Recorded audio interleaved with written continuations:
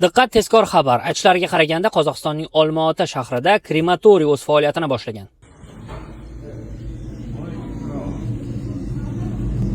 Krematoriy bu insonning o'lik jasadini yoqishni anglatadi. Butun Markaziy Osiyoda dastlabki krematoriy sifatida aytilayotgan joy Qozog'istonning Olmaota shahrida ish boshlagan.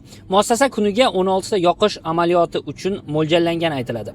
Jarayon 1100 darajagacha bo'lgan haroratda amalga oshirilishi, narxi esa 240 ming tenge, taxminan 47 ming so'm ekani aytilgan. Yoqish amaliyotidan so'ng qolgan kulni sochish taqiqlanishi, faqatgina ko'mib dafn qilish kerakligi.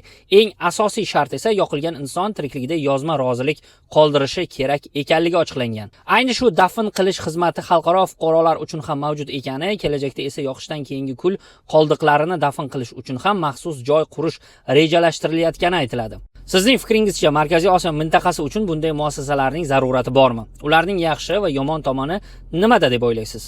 Undan tashqari bu kabi amaliyotning O'zbekistonda ham joriy qilinishiga qanday qaraysiz? Fikrlaringizni izohlarda yozib qoldiring.